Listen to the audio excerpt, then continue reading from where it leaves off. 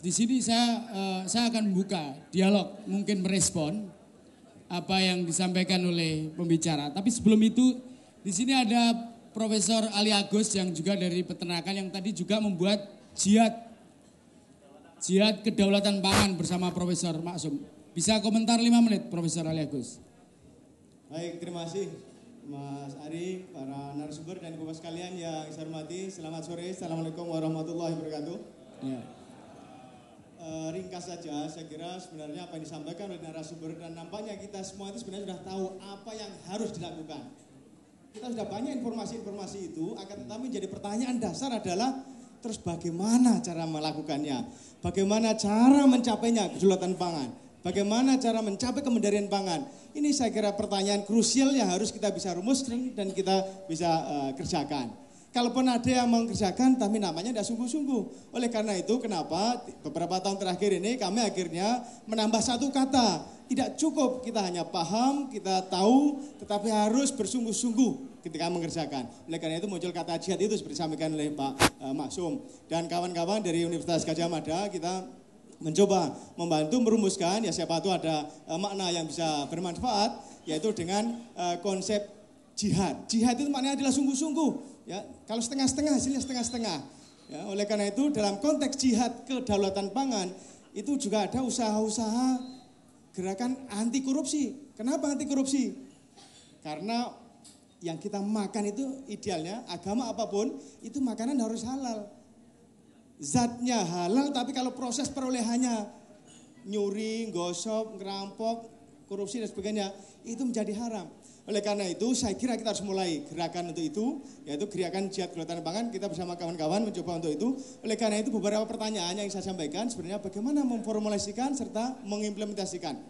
Menurut kami ada tadi beberapa poin, tapi kami mencoba merumuskan ada 5, dan ini 5 pertanyaan yang harus kita jawab bersama. Yang pertama, bagaimana komitmen politik dan kebijakan yang sinergistik ya, dalam rangka mencapai kedaulatan pangan ini. Dan itu harus berpihak kepada kepentingan dan kesejahteraan masyarakat Indonesia, bukan Indonesia. Jadi ini dibutuhkan bagaimana membangun komitmen ini, komitmen politik dan sinergitas kebijakan. Itu yang pertama. Kemudian yang kedua, kaitannya juga dari Mas ini yang terakhir, reforma agraria. Bagaimana pemanfaatan atau bahkan optimalisasi pemanfaatan sumber daya lahan dan air. Jangan lupa negara kita ini 2/3 berupa air, laut dan sebagainya. Optimalisasi pemanfaatan sumber daya lahan dan air untuk produksi pangan. Kita perlu pikirkan dan rumuskan. Kemudian yang ketiga yang tidak kalah pentingnya adalah bagaimana pemandirian proses produksi pangan. Jadi ada upaya-upaya tadi, bagaimana bibit, pupuk, irigasi, jalan desa dan sebagainya. Ini juga terkait dengan komitmen politik. Oleh karena itu, ini pertanyaan mendasar, upaya-upaya dalam rangka pemandirian proses produksi pangan. Kemudian yang keempat adalah tidak kalah pentingnya, kita semua ini, belum tentu kita ini produsen, tetapi kita konsumen. Oleh karena itu pertanyaannya adalah bagaimana pembudayaan pola konsumsi pangan. Pola konsumsi pangan Nusantara. Ya, ini harus menjadi pemikiran kita. Enggak ada artinya kita berjuang ini ternyata konsumennya tidak berpihak. Kita tidak memilih pangan yang diproduksi oleh para petani. Mufadir, kita harus memiliki keberpihakan melalui pola-pola pembudayaan pangan Nusantara. Dan yang terakhir, pertanyaan terakhir adalah bagaimana penguatan kelembagaan harus dilakukan. Jaringan pangan nasional perlu dikembangkan. 5 poin penting inilah sebenarnya menjadi topik diskusi kita di UGM, di Agrokompleks khususnya. Kalau kita berhasil merumuskan ini bisa menjadi salah satu program siapapun presidennya, syukur dari alumni Gadjah Mada, itu bisa menjadi pegangan. Bahkan kita menyebutnya menjadi Pancakrida Kedaulatan Pangan Nusantara. Kenapa? Ya itu harus dilakukan. Kenapa krida? Krida itu kerja. Tidak cukup ngomong, tidak cukup diskusi, tapi harus kerja dan kerjanya sungguh-sungguh. Memang negeri ini adalah negeri yang penuh ironi. Makanya saya akhiri dengan sedikit puisi. Mas Ari mohon izin. Ikut-ikutan. Mohon didengarkan, ini ada puisi. Puisi. Dari Profesor Ali Agus. Sebelum puisi saya tambahkan sedikit karena banyak disinggung tentang sapi tadi. Ya, karena daging sapi itu ya berimplikasi luas. Kenapa kita impornya semakin lama semakin banyak? Tahun 90-an pemerintah Indonesia tahun 90-an, 90-an akhir, bangga dengan bantuan dari mancanegara, dari Australia. Waktu itu dibantu 9 rumah potong hewan modern di sentra-sentra penghasil sapi. Apa yang terjadi? 3 tahun kemudian sapi kita habis. Kenapa? Ya karena dikasih rumah potong hewan, gratis lagi, kita bangga. Dalam waktu 3 tahun sapi jantan yang gede-gede, yang tukang ngawi ini, yang punya anak-anaknya ya bagus-bagus, habis. Sehingga kenapa sekarang sapi kita kecil-kecil? Karena yang gede-gede sudah dipotong tahun 90-an. Sekarang kita ketergantungan. Ini juga perlu komitmen politik. Jangan bangga dibantu orang, oh dengan senang hati, oh terima kasih. There is no free lunch. Oleh karena itu inilah sebenarnya ironi.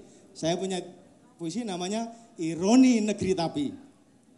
Merdeka tapi tidak berdaya. Berdaulat tapi belum bermartabat. Berkuasa tapi tidak berwibawa. Bertahta tapi lupa kaum jelata dan papa. Memiliki tapi tidak menguasai. Nagari petani tapi pangan dari luar negeri. Ayo para kesatria, ayo anggota Kagama, bangunlah jiwanya, bangunlah raganya untuk kejayaan Nusantara, kedaulatan bangsa Indonesia. Merdeka. Terima kasih. Tepuk tangan. Saya buka dialog para pemikir 1, 2, 3, 4. Tolong singkat-singkat ya. 4, 5, 6. Nanti kalau ada tambahan. Oke, petani 1 ya nanti. Silakan Ibu. Tolong singkat ya supaya iya. Ini dulu. Setelah itu nanti. Silakan. Saya adalah alumni dari Fakultas Teknologi Pertanian dan Fakultas Filsafat dan paling lama hidup di UGM. Namanya siapa Ibu? Nyonya Suliantoro Sulaiman. Baik. Kebetulan baru ribut dengan kebangkitan nasional yang sama dengan apa yang dikatakan oleh Pak Agus bahwa kita merdeka tapi belum bermartabat dan belum mulia. Dan ada juga seminar Cokro Aminoto dan seminar di MPR tentang silaturahmi anak bangsa yang mudah tidak ada konflik lagi. Pertanyaan saya adalah di dalam seminar ini mudah-mudahan kita tidak hanya bicara saja di sini dan 400 orang dari seluruh Kagama ini dapat mengembangkannya kepada 260 anggota Kagama yang tersebar di Nusantara untuk memilih presiden dari Kagama. Tidak usah repot-repot macam-macam.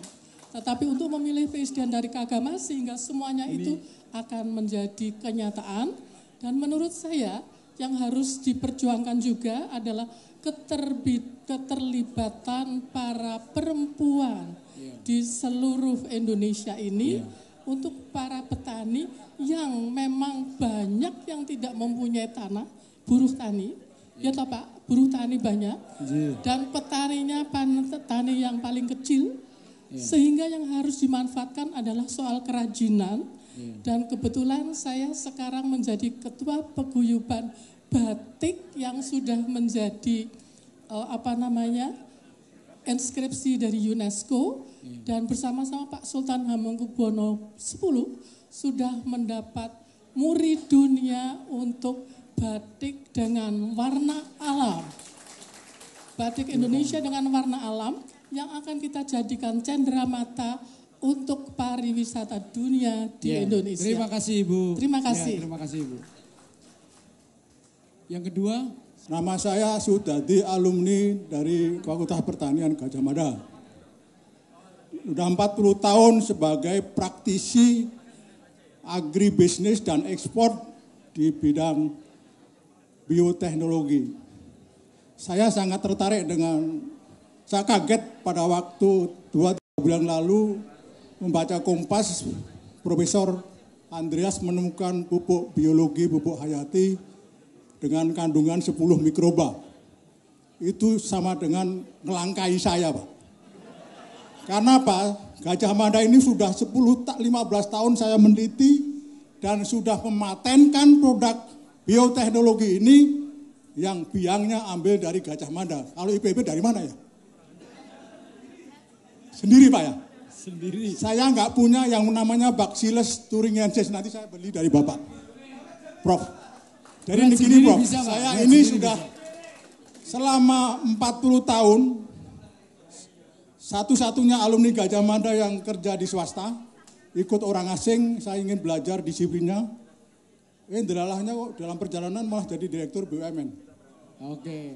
Nah ini saya meneliti Gajah Mada ini, biang ambil dari Gajah Mada 10 mikroba Bu Saparini. Jadi dalam pertanian budidaya itu hanya efisiensi di dalam biaya ditentukan oleh benih dan pupuk. Kebetulan Profesor Andreas dari Gajah Mada, nanti kalau ini saya beli tolong dikoreksi, tapi nanti jangan bilang dari WPB Pak ya. Karena ini akan saya serahkan juga ke Profesor ke teman alumni Gajah Mada Kerja yang mau menyalonkan gubernur, untuk bahan debat presiden. Ya, terima kasih Bapak. Karena apa? Ya.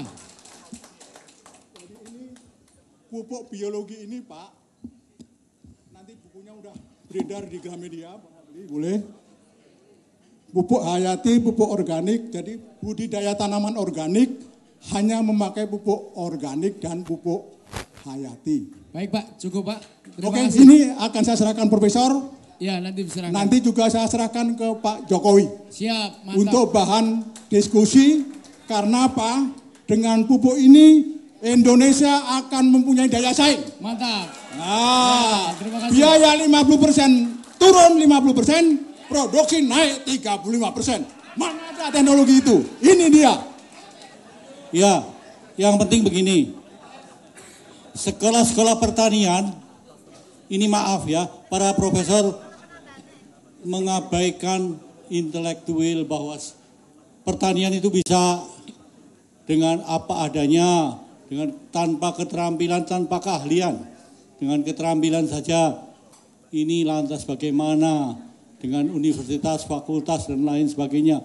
Sekolah pendidikan yang HKTI di daerah Banyumas tidak ada jurusan pertaniannya lagi. Adanya otomotif, komputer, dan lain sebagainya. Jadi mau kemana kalau segi pendidikan tidak diperhatikan oleh para pendidik. Satu sektor itu. Ya, itu satu.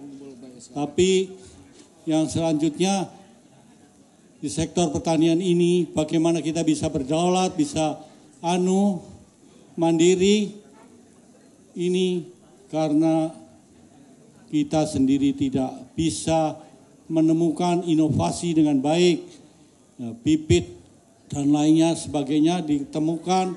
Bagaimana program bibit mandiri, desa membuat bibit sendiri.